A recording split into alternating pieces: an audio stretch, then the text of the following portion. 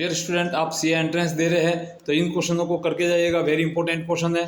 First question is when ring difference taken 7 instead of 5, that means आपका ring difference है वो 7 लिया गया है जहाँ पे 5 लेना था, and then the correlation coefficient is 0.8, that means ये इनकरेक्ट कोरिलेशन कोफिशिएंट है। तो आपको correct coefficient of correlation find करना है। तो वेरी सिंपल है, इसके अंदर आपको सीधा डायरेक्ट आप इसका वैल्यू लर्न कीजिए कि इसका सॉल्यूशन करते हैं। तो देखिए इसके सॉल्यूशन के अंदर आपको डायरेक्ट इसको लर्न रखना है, correct sigma of d square. आप correct sigma c square find कर लीजिए और इसका जो फॉर्मेशन रहेगा उसको लर्न रखना है आपको, N multiply N square minus 1 multiply 1 minus R divide by 6 minus misreading, आपने जो 7 मिसरीडिंग कर दी है वो, और प्लस जो करेक्ट होना चाहिए था डेटा जो उसका स्क्वायर है वो प्लस कर दीजिए। तो यहाँ पे देखिए गिवन क्वेश्चन के according number of data 10 data है, then value of n is equal to 10 here, and 10 square is 100 minus 1 that is 99 multiply 1 minus coefficient of correlation is 0.8 given जो कि इनकरेक्ट है, divide by 6 minus a square, that means आपका जो miss data है वो 7 है और correct data यहाँ पे क्या होना चाहिए था, 5 का स्क्वायर होना चाहिए था। तो इस क्वेश्चन को पहले आप समझ लीजिए कि रिंग डिफरेंस आपका जो है वो 7 लिया जाता है, तो उस समय वहाँ पे होना चाहिए था 5 होना चाहिए था, और नंबर ऑफ डेटा 10 थे, तो उस समय कोरिलेशन कोफिशिएंट 0.8 मिला आपको। तो अब इसको आपको करेक्शन करना है, तो पहले करेक्ट सिग्मा डी स्क्वायर आप फाइंड कर लेते हैं। इसको सिंप्लीफाई करते हैं तो आपके पास में 10 multiply 99 multiply 0.2 divide by 6 minus 7 square is 49 and plus 5 square is 25। इसको 2 से कट कर दीजिए, 3 से ये 33 टाइम्स कैंसिल हो जाएगा, और डेसिमल से ये 10 यहाँ से कैंसिल हो जाएंगे, और आप वैसे कैलसी भी काम में ले सकते हैं। तो इसको काउंट करेंगे तो आपके पास में यहाँ से 33 माइनस 49 एंड प्लस का 25 आएगा, और इसको सिंप्लीफाई करने पर is equal to 9, that means आपका जो करेक्ट डी स्क्वायर है वो 9 आ जाता है, and then correct correlation coefficient is 1 minus 6 minus correct D square upon n multiply n square minus 1। Value रख दीजिए सिग्मा डी स्क्वायर की 9, एंड आप यहाँ पे बता सकते हैं कि 1 माइनस 6 मल्टीप्लाई 9, और यहाँ पे नंबर ऑफ डेटा 10 ही रहेंगे, और यहाँ पे 10 square minus 1 is 99। At last इसको सिंप्लीफाई करेंगे तो आपके पास में 0.9 अप्रोक्सी आ जाता है, that means high level correlation of coefficient होता है। तो आपको इसमें लर्न रखना है सीधा स्पेयरमैन फार्मूले से। स्पेयरमैन फार्मूला जनरली आपको लर्न रहता है, बट इसको करेक्ट डी स्क्वायर के लिए ऑलवेज लर्न रखिए, आपको बेनिफिट होगा। शॉर्ट में आप सिंप्लीफाई करके इसका करेक्ट कोरिलेशन कोफिशिएंट फाइंड कर सकते हैं। नेक्स्ट क्वेश्चन है, ये रिलेशनशिप पे है कि स्केल और ओरिजिन का। इस सेकंड जो क्वेश्चन है, relation of coefficient between X and Y 0.8, then find relation of coefficient u and v are the new scale.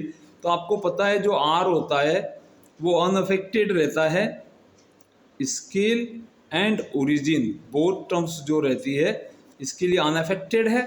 यहाँ पे आपको देखना ये है कि u और x ये आपकी फर्स्ट इक्वेशन है, और सेकेंड में v और y जो पैरामीटर्स हैं इनके साइन सेम ऑर्डर में होने चाहिए। u और v न्यू स्केल दोनों पॉजिटिव है और x और y दोनों नेगेटिव है, देन कोरिलेशन पर कोई इफेक्ट नहीं आएगा। अल्टरनेटिवली अगर ऑपोजिट साइन रहते तो कोरिलेशन का वैल्यू तो आपके 0.8 ही रहता है, बट उसका साइन है वो ऑपोजिट हो जाता है।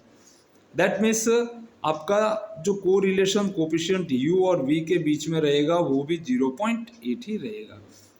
इसको स्लोप कहा जाता है। आप यहाँ से ध्यान रखिए, इसका स्लोप है, दैट इज इसका फॉर्मूला रहता है कि u coefficient divide by x coefficient and negative sign, that means -2 upon -3 और यहाँ से -4 अपॉन -16। दो नए आपके पास में स्लोप वैल्यू रहते हैं और दोनों सेम साइन के आ रहे हैं, तो कोरिलेशन पर कोई इफेक्ट नहीं गिरता है। तो इस तरह से आज इजीली यहाँ पे आपको सीधा कुछ भी नहीं करना है, नो सिंप्लीफिकेशन। यहाँ पे इनके साइन पे आपको ध्यान से देखना है कि u positive then x is negative, तो यहाँ पे u पे नई स्केल आपकी v पॉजिटिव है और y भी नेगेटिव है, तो उस केस में आपकी कोरिलेशन है वो एज सेम रहेगा विथ साइन रहेगा। तो इस तरह से सेकंड का सॉल्यूशन दे सकते हैं। थर्ड क्वेश्चन रिग्रेशन चैप्टर से है, which is regression line y on x। आपको ये बताना, ये जो दो लाइनें दी हुई है 2x + 3y and 3x + 4y is 15, इनमें से कौन सी लाइन y ऑन x है। सबसे पहले इनके भी आपको साइन देखने हैं, बिकॉज यहाँ पर इस पे स्लोप को ही अपन रिग्रेशन कोफिशिएंट कहते हैं। सेम साइन है, both positive here and x coefficient both positive, that means possible है इसके अंदर। अगर ऑपोजिट साइन होता कि फर्स्ट इक्वेशन में ऑल टर्म्स पॉजिटिव रहती है x and y coefficient and second में नेगेटिव रहता है एक भी कोऑर्डिनेट, तो उस समय तो आपका रिग्रेशन कोफिशिएंट डिफाइंड ही नहीं रहता है। इसको ध्यान से रहिए, जो हमारे नेक्स्ट वीडियो में आपको बताया जाएगा। यहाँ पे x और y और जो रिलेशनशिप है वो पॉजिटिव है। अब आप यहाँ पे किसी भी एक लाइन को आप एज्यूम कर दीजिए पहले कि सपोज मैंने मान लिया कि इमेजिन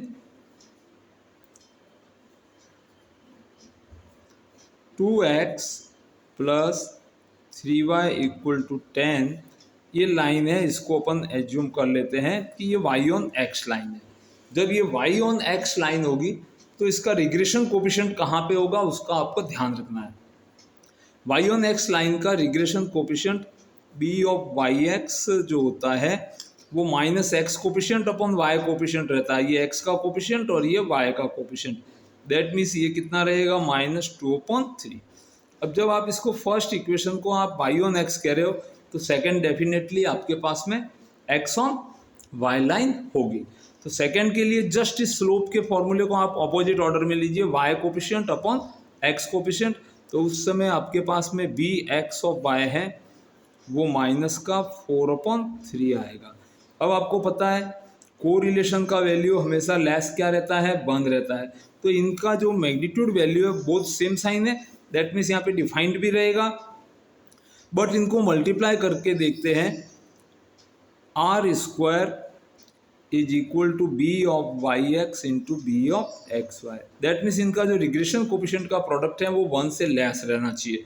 तो यहाँ पे अगर आप मल्टीप्लाई करते हो byx × bxy is -2/3 multiply -4/3 is equal to 8/9 रहता है। आपके पास में कितना आ रहा है 8/9, और ये वैल्यू कैसी है, <<1 है। दैट मीन्स जो आपने जो एज्यूम्पशन किया था कि जो फर्स्ट लाइन है वो y ऑन x है वो करेक्ट है, बट अपन इसको क्रॉस वेरीफाई के करते हैं। अगर सेकेंड y ऑन x होती, if second line y on x होगी तो यहाँ से 3 एंड इफ आप यहाँ पे थोड़ा आप समझ सकते हैं, if second line is y on x line, तो यहाँ से स्लोप क्या आएगा आपके पास, that means b of yx है वो -3/4 रहेगा, और जो फर्स्ट लाइन है इसका 3/2 आएगा -3/2, ये आपका वैल्यू रहेगा b ऑफ xy, और इनका प्रोडक्ट है वो क्या आ रहा है <1 होगा, दैट मीन्स सेकेंड एज्यूम्पशन आपका रॉन्ग है। जो सेकेंड एज्यूम्पशन है वो आपका रॉन्ग है, दैट मीन्स जो आपने फर्स्ट पॉसिबिलिटी ली थी यहाँ पे कि ये आपकी y ऑन x लाइन है और ये आपकी x ऑन y लाइन है। तो वेरी सिंपली आप इस तरह से इन दोनों में डिस्टिंग्विश कर सकते हैं। Thank you watching this videos. इस तरह से हमारे द्वारा इंपॉर्टेंट क्वेश्चन आपको दिए जाएंगे। चैनल को लाइक करें, शेयर करें और सब्सक्राइब करें।